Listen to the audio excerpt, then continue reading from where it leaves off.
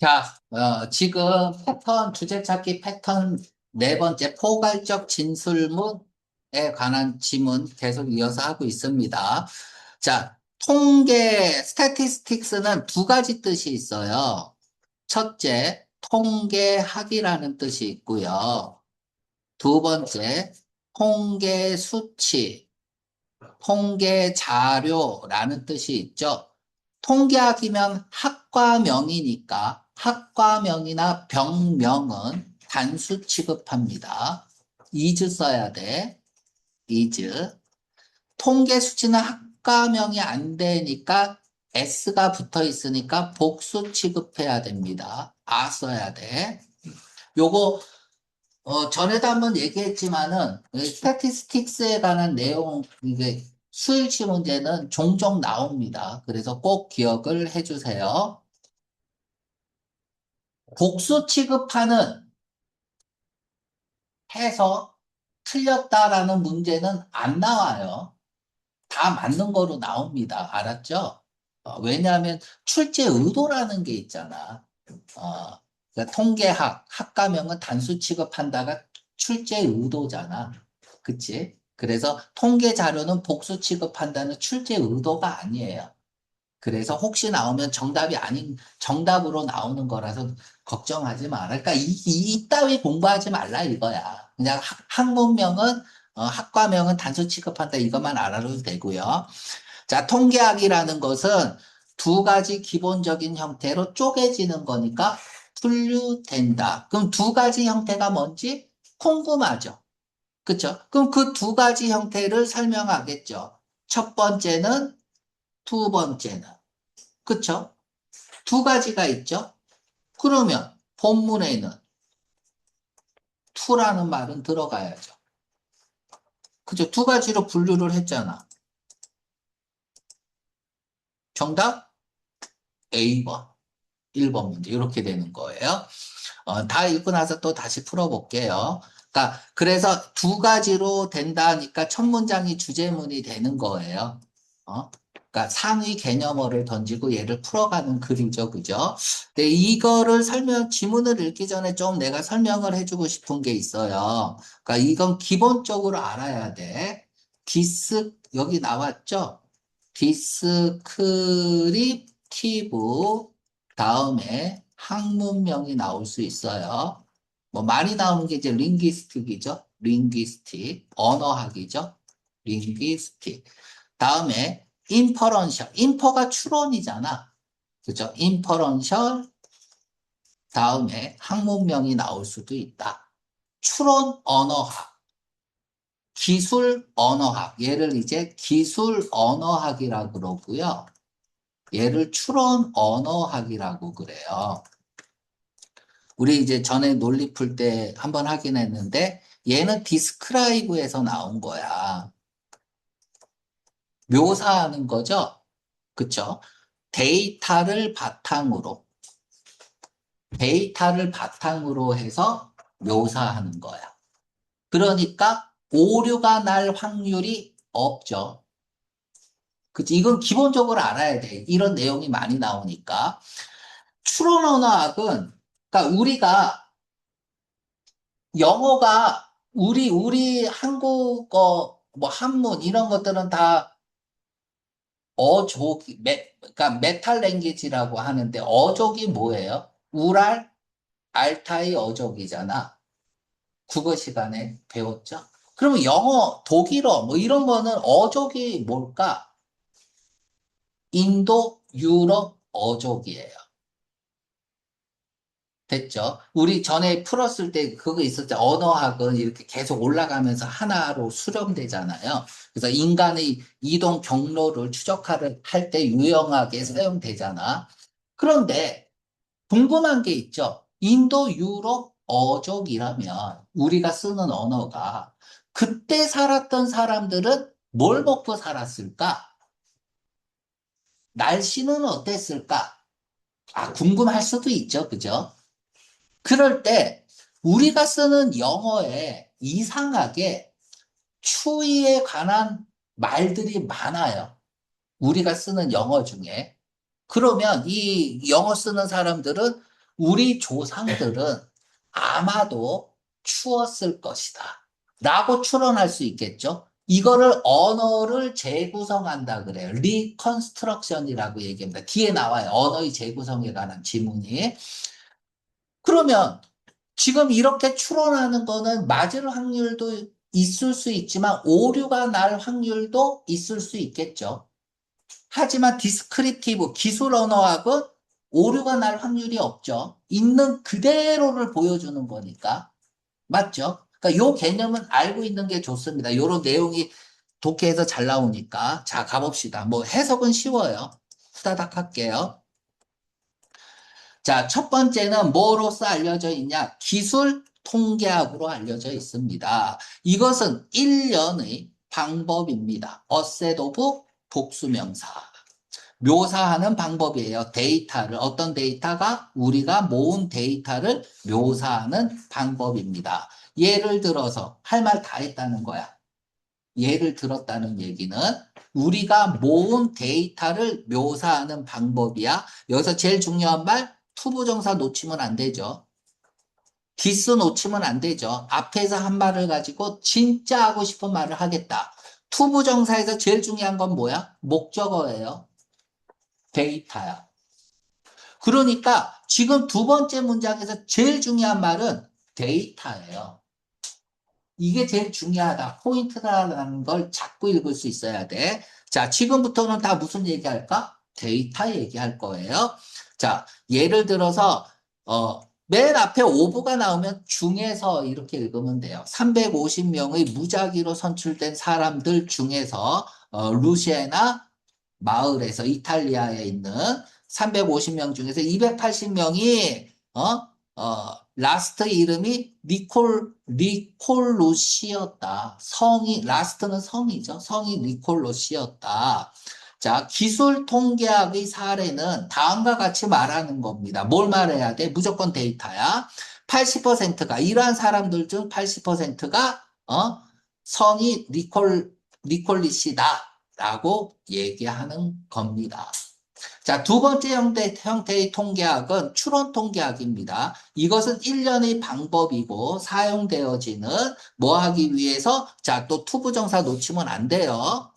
독해의 기본이야. 그러면 목적어가 제일 중요해요. 일반화, 추정, 예측 또는 결정. 됐죠? 이거 하는 거야. 뭔지 모르겠지만은 데이터하고는 반대말이겠죠. 그쵸? 얘하고는 다르겠죠. 다르니까 분류했을 거 아니야. 같으면 왜 분류하겠습니까? 그러니까 이런 거예요. 그래서 첫 번째는 데이터, 두 번째는 일반화, 추정, 예측, 다음에 결정입니다. 자, 할 말 다 했다는 얘기야.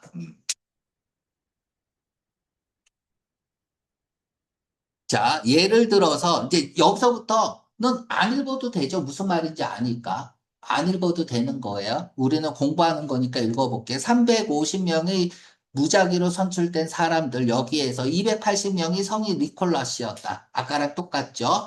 얘는 추론 통계학의 얘는 다음과 같이 얘기하는 거예요. 모든 사람들이 어디에 살고 있는 이탈리아 살고 있는 모든 사람들의 80%가 성이 니콜릿이다. 이게 뭐예요? 일반화죠. 이걸 뭐라 그러냐면 제너럴리제이션 팔러시.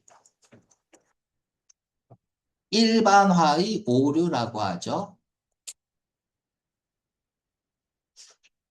그러니까 베트남에 놀러 와서 뭘 먹지? 베트남에 맛있는 과일이 뭐가 있니? 귤을 먹었어. 귤을 먹고 한국 가서 야 베트남은 과일이 맛있어 라고 얘기하는 거예요. 귤 하나 먹고 나서. 그러니까 모든 사람들이 이거다. 우리는 어떤 정보도 가지고 있지 않아요. 모든 사람들에 대해서는 이탈리아에 살고 있는 그저 350명만 알아요. 루지나에 살고 있는 350명만 알아요. 여기에 살고 있는. 자, 이제 마지막 문제 빈칸 가볼게요. 우리는 그 정보를 취했고, 350명의 정보를 취했고, 그리고 그것을 일반화한 거예요. 뭐 하기 위해서? 여기 이탈리아에 살고 있는 모든 사람들에 대해서 얘기하기 위해서 가장 쉬운 방법은 말하는 that 이하라고 이러한 진술이 낯빨간 색깔 들어가야죠. 이렇게 얘기하는 거는 디스크립티브가 아니다라고 얘기하는 가장 쉬운 방법은 뭐 함으로써이냐? 그것을 뭐 하는 거야? 기반을 둬서 제공된 정보에 기반을 둬서. 그럼 제공된 정보에 기반을 두는 거랑 디스크립티브하고는 같은 말이잖아요. not이라는 체인징 시그널이 있는데 같은 말이 나오면 여기는 뭐가 들어가야 돼?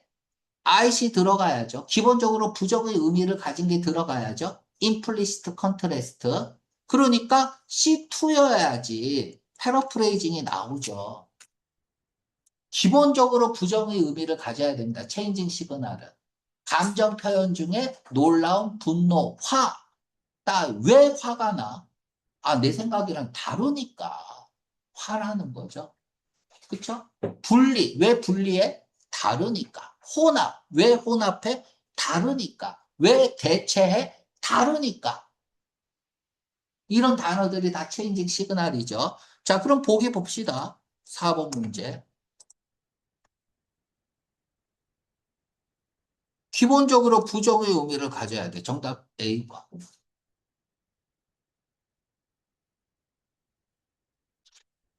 됐죠?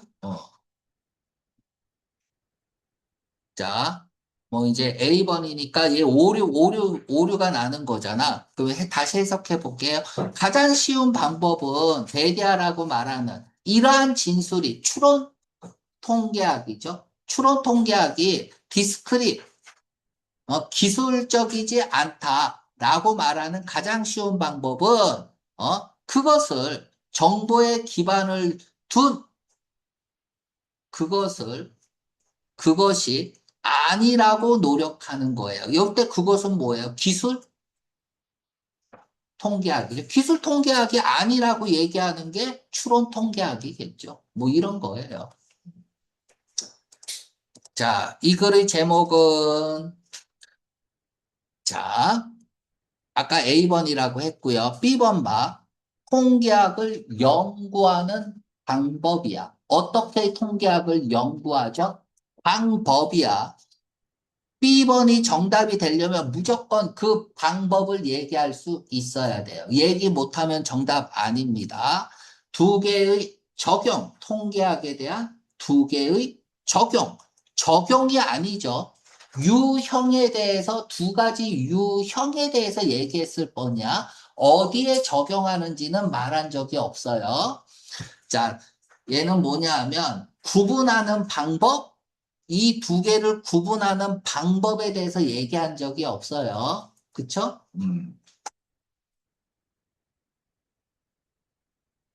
자, 다음에 디스크리티브 통계학으로 가장 설명한 것은 자, 적용될 수 있는 결론, 다른 케이스에도 적용되어질 수 있는 결론, 이거 추론이죠. 그죠? 일반화, 예측, 이런 거 안 됩니다. 사실을 기반으로 하는 거죠. 이번 문제는 그냥 시력 문제입니다. 틀리면 안과 가야 되는 문제고요. 자, 이제 3번 같은 게 원래는 필러 문제 이런 게 GRE 유형이거든요. 지난 세 번의 자, 여기서 리스펙티브가 중요하죠. 1대1 대응이라고 쓰고 함수에서 이거죠. 이렇게 1대1 대응하는 거야. 각각 이란 뜻이죠. 지난 일요일간 우리 주원이는요. 자동차를 파는데 두 대, 한 대, 빵대 팔았어. 알았죠? 왜 그랬을까? 추론, 자, 이런 것들이 이분법이죠. 얘가 아니다라는 얘기는 뭐야? 기술 통계학이 뭐냐는 얘기죠. 그러니까 기술 통계학은 뭐예요? 데이터야. 있는 그대로를 얘기하는 거예요. 그죠? 맞죠? 자, 주원이가 차를 덜 팔았어요. 맞아요. 최근에. 맞아요. 그가 사랑에 빠졌기 때문에 뭔 개소리야. 추론이죠? 그치? 있는 그대로 얘기해야 돼요. 자, 그는 결코 2개 이상의 차를 팔지 못했습니다. 썬데이에는. 자, 이거 봐봐. 일요일에는 2대 이상의 얘를 팔지 않는다. 현재 시제를 쓰고 있어요. 현재의 습관이죠. 그쵸? 이거는 유추잖아요. 유추. 평균 한 개를 판다. 지난 3일 동안 맞죠? 그죠? 평균 한 개 팔았죠. 있는 그대로 서술한 거고. 그는 하나도 못 팔았어. 왜냐하면 걔 잠잤거든요. 주차장에서. 언더락 주차장에서. 이거 추론이죠. 그치? 그래서 정답은 있는 그대로를 기술한 건 10번이다. 자, 4번 문제 풀었고요.